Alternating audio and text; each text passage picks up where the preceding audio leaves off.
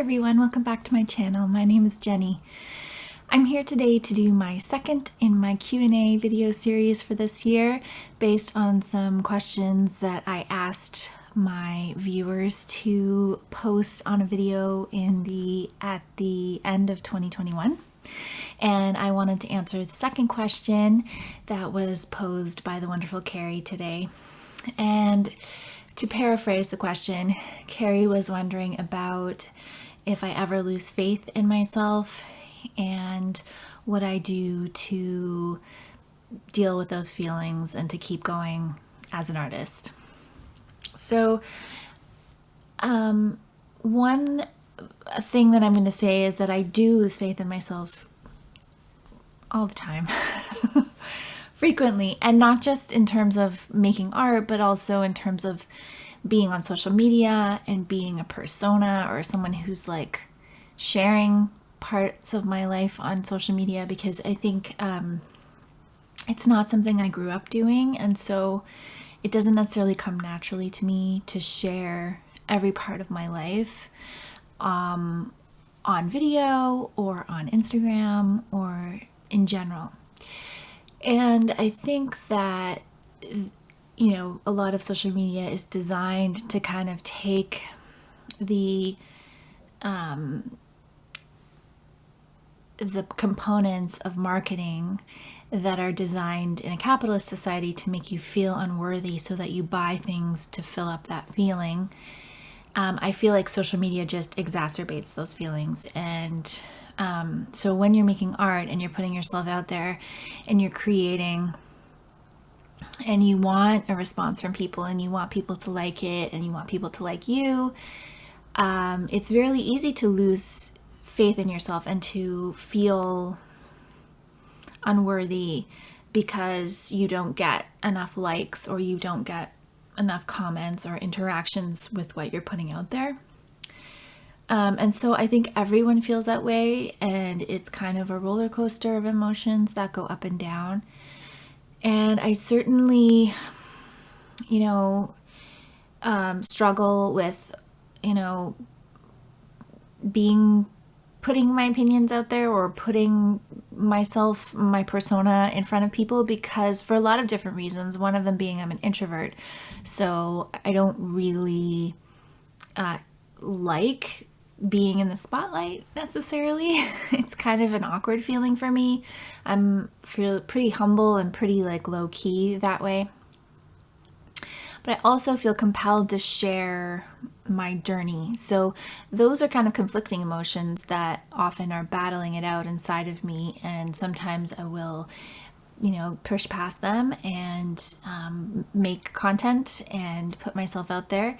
And other times it will stop me from sharing. So I don't necessarily share every part of my life on here or on any social media outlet. And I've changed what I share over the years. I used to share a lot more about my family, for example, about my kids. For instance, I was like a mommy blogger in 2007, from 2008 to 2011 or 12. I can't even remember how long I did it. And that was kind of the thing to do. You shared your life with your kids when you were a young mom. And as my kids started getting older, I felt more uncomfortable sharing their lives because I realized that they're their own people with their own path and their own trajectory, and I stopped feeling comfortable sharing what they were sharing. So then I moved on to just more sharing about my own experience. So my own experience as a mom, and then sometimes that they would be included in that, but I didn't want to feature them and share too much about them because I feel like it's not fair for them. And so I really move back and forth. It's a lot of balancing, but often it's not balanced at all. And I feel like when I lose faith in what I'm doing, I definitely pull back a little bit from social media and making as well.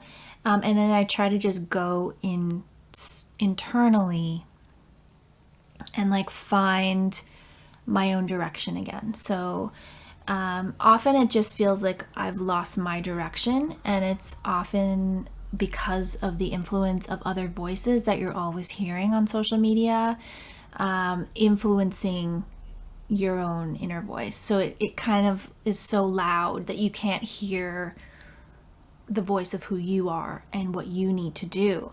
And you're like seeing other people's careers, other people's talent, other people's successes, and it makes you feel like you're not accomplishing enough, you're not doing enough. And even though the success of someone else may not be something that I personally want, it still makes me feel bad about myself and makes me feel like I have to like withdraw, and like if I'm not that good, then I can't make anything. But so what I try to do when that happens, and I would say it happens every few months, I'll get kind of overwhelmed with it. I try to disconnect from whatever that thing is. So if it's Instagram that's giving me those feelings or whatever, I try to disconnect from that. And I do a few things. I listen to music. Music is something I really love, something I'm really passionate about. And it's always been there throughout my life. So I have a very wide range of musical tastes. I grew up listening to country music, and I was very influenced by popular music in the 80s and 90s when I was a kid. And ever since then, like, there's just always been music that has pulled me through, that has defined who I am and who my friends are. And I also love, singing, and I love playing guitar. And I did that with my friends, and, sang backup in their bands, and things like that. So music for me is a way to connect inward, and what it does is it removes a lot of noise around me, and I'm able to really go inside. And so I'm able to either process feelings of a sadness or feelings of inadequacy or whatever I'm feeling in the moment. I start processing that. And it also fills me up and makes me feel happier and this more energetic, and it like gets me out of that kind of strange treadmill, or not treadmill. What is it? That, those moving floors, walking escalators, whatever they are in airports. Like, you feel like you're on that sometimes when you're on social media. Like, you're moving and you're seeing things going by, and you can't really stop and like engage with them. You're just moving. And so it makes me feel like I get off of that when I'm listening to music, and I'm able to really reconnect with my inner voice, because that is who I need to listen to. I don't really need to compare my career to everyone else's art career. I need to only focus on what I actually want through the process of making. And so music helps me do that. Nature also helps me do that.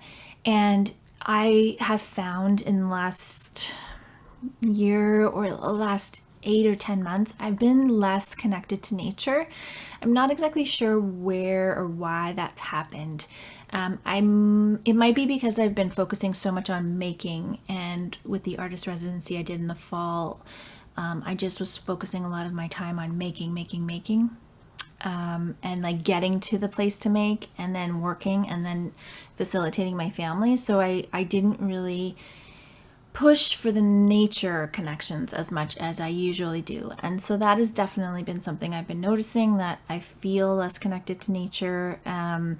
But it's spring now, and so I'll be getting out and doing some digging in the garden, and just kind of, that is always very grounding for me as well, very helpful to like letting out those emotions that make you feel inadequate. Because once you go out and put your hands in the ground, or sit by a tree, or for me also sit by a stream or sit by the ocean, it reminds me and reconnects me with natural rhythms, and those natural rhythms make me feel more like myself, and quiet all that other stuff, all the noise, and just make me sit with who I actually am. So for me, I guess the overwhelm really comes from the pace of today's society. It's really fast.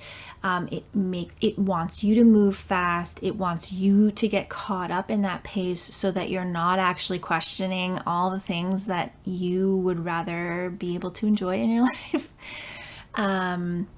And I have to, make a conscious effort to shut that out, because that contributes to my own inner inadequacy feeling, because I was not designed as a person to function in a society like that. I am not fast paced. I am not an extrovert.